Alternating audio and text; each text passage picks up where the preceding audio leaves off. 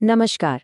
आज के इस विशेष विश्लेषण में हम एक ऐसी भूली बिसरी कहानी पर चर्चा करने वाले हैं जिसका पैमाना वाकई अकल्पनीय है। जब भी हम इतिहास में वीरता की बात करते हैं तो कुछ गिने चुने युद्धों का ही नाम आता है ना? लेकिन आज हम 1583 के एक ऐसे महासंग्राम की बात करेंगे जिसने उस वक्त के सबसे ताकतवर साम्राज्य की नींव हिलाकर रख दी थी।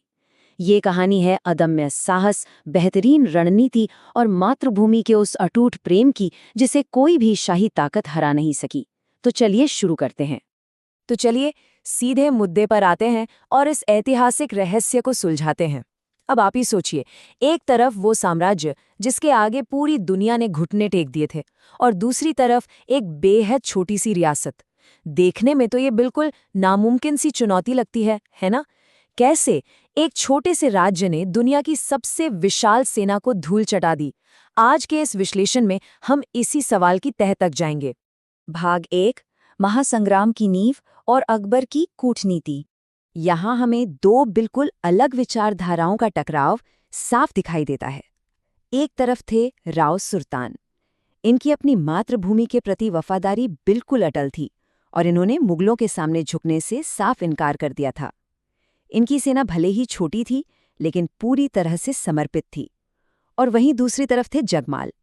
ये मेवाड़ के महाराणा प्रताप के सगे भाई थे, लेकिन सिंहासन न मिलने की वजह से इन्होंने अवसरवादिता का रास्ता चुना और मुगलों से जा मिले। ये एक तरफ निष्ठा और दूसरी तरफ विश्वासघात का बहुत ही स्पष्ट चित्र है। अब देखिए, इस स्थिति का फायदा उठाते हुए अकबर ने एक बहुत ही गहरी और सच कहूं तो खतरनाक कूटनीतिक चाल चली।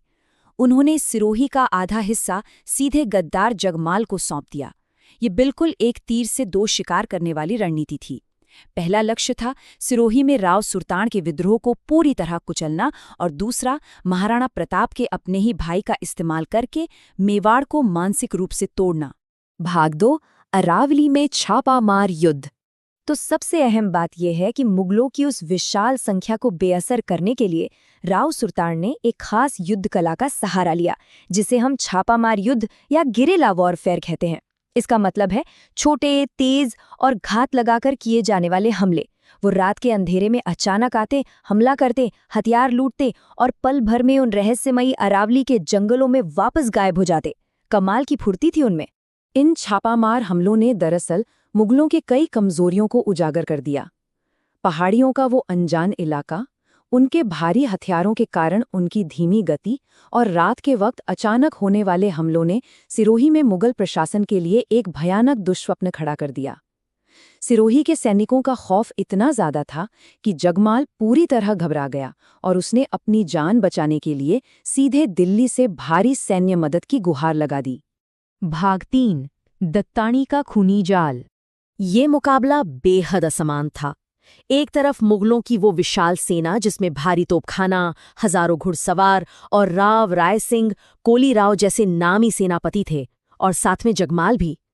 वहीं दूसरी तरफ सिरोही की मुट्ठी भर लेकिन बेहद वफादार सेना थी, जिसका सबसे बड़ा हथियार उनके स्थानीय तीरंदाज और अरावली का वो भूगोल था जिसे वो अपने हाथ की लकीरों की तरह जानते थे। एक तरह से ये डेविड और गोलियत जैसा मुकाबला था। इस भारी असमानता को पाटने के लिए राव सुल्तान ने भूगोल का एक बेहतरीन मास्टर क्लास रचा। उनका जासूस नेटवर्क इतना मजबूत था कि उन्हें मुगलों की एक एक गिनती की सटीक जानकारी थी। इसी इंफॉर्मेशन के आधार पर उन्होंने एक अचूक मौत का जाल बिछाया। उनका प्लान था मुगल सेना को दत्तानी की संकरी घाटी में खींच कर लाना, जहां उनकी विशालता ही उनकी सबसे बड़ी दुश्मन बन जाए, और फिर ऊंची चोटियों पर पहले से मौजूद अपने तीरंदाजों के जरिए उन पर प्रहार करना और भारी तोपों को दुर्गम रास्ते में बेकार कर देना। फिर आता है साल 1583 का वो ऐतिहासिक दिन। अपने संख्या बल के गुरूर में अंधी मुगल फौज बिना किसी पूर्व योजना या रेकी के उस संकरी घाटी के बीचों बीच उतर गई। जैसे ही वो अंदर पहुंचे, जरा कल्पना कीजिए, एक अजीब सा सन्नाटा छा गया। हवा का रुख एकदम रुक गया और सिर्फ घोड़ों के हिनहिनाने की आवाजें गूंज रही थी। उस भयानक खामोशी में जगमाल को शायद पहली बार किसी अनजाने खौफ का एहसास हुआ होगा। और फिर अचानक वो सन्नाटा टूट गया। दत्तानी की ऊंची पहाड़ियों से मौत बरसने लगी।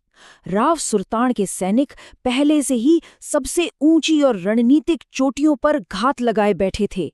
उन शांत पहाड़ियों से तीरों और भारी पत्थरों की ऐसी खौफनाक बारिश हुई कि मुगल सेना में पल भर में हाहाकार मच गया। घाटी में फंसी हुई शाही फौज के लिए ये एक पूरी तरह से सुनियोजित मौत का जाल था।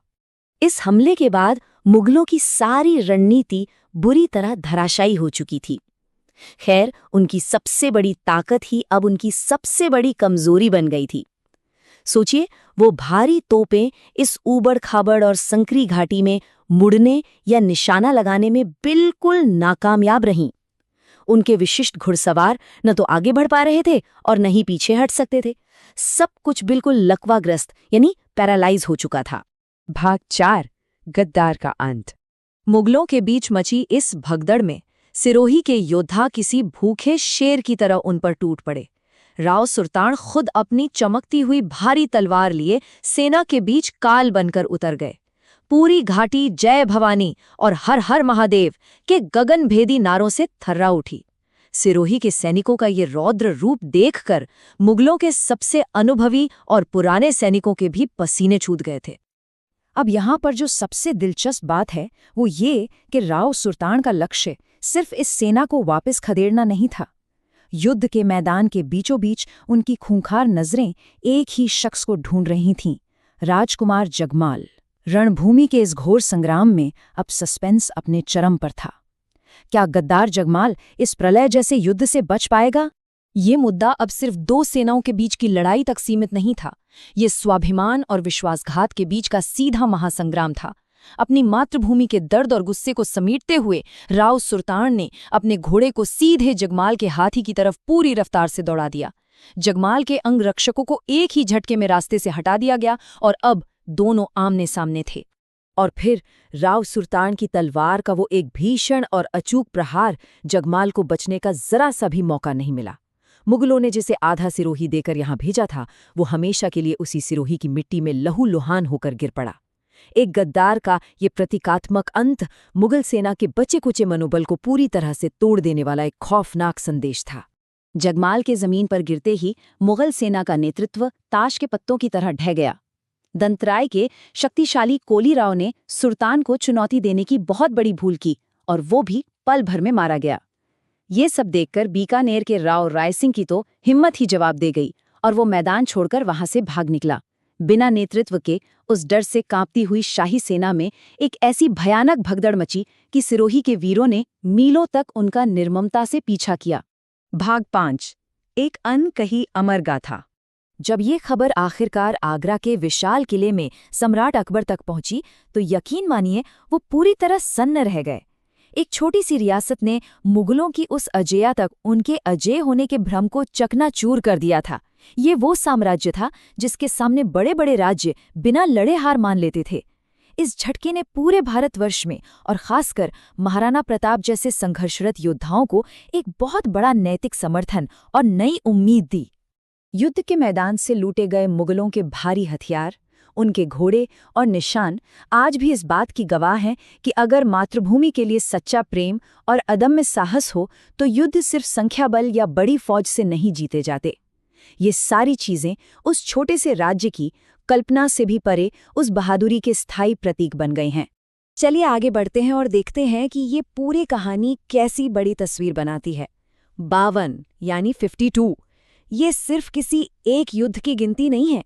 ये नंबर है उन सभी छोटे बड़े युद्धों का जो राव सुल्तान ने अपने पूरे जीवन काल में मुगलों के खिलाफ लड़े और जीते भी। मुगलों ने बार बार कोशिश की, लेकिन राव सुल्तान को उनके जीते जी कभी भी पूरी तरह से झुकाया नहीं जा सका। कमाल का जज्बा था उनका। तो दोस्तों, इस विश्लेषण के आखिरी पड़ाव पर एक बहुत ही गहरा और सोचने वाला सवाल सामने आता है।